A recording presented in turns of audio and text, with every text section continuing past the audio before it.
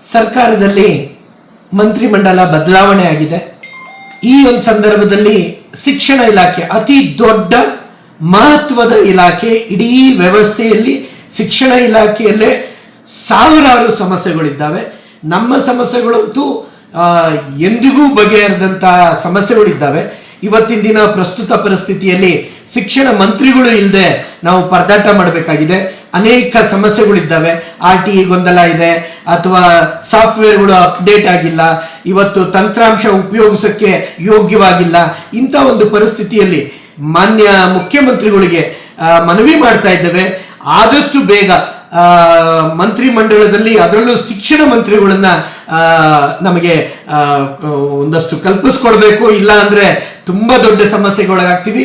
ಅದರಲ್ಲೂ ಕೂಡ ಇನ್ನು ಹೊಸ ಶಿಕ್ಷಣ ಮಂತ್ರಿಗಳು ಬಂದ್ರೆ ಇನ್ನು ಅವ್ರಗಳಿಗೆ ಅರ್ಥ ಮಾಡಿಸೋಷ್ಟೊತ್ತಿಗೆ ನಮ್ದು ಮತ್ತೊಂದು 6 ತಿಂಗಳು ಹೋಗುತ್ತೆ.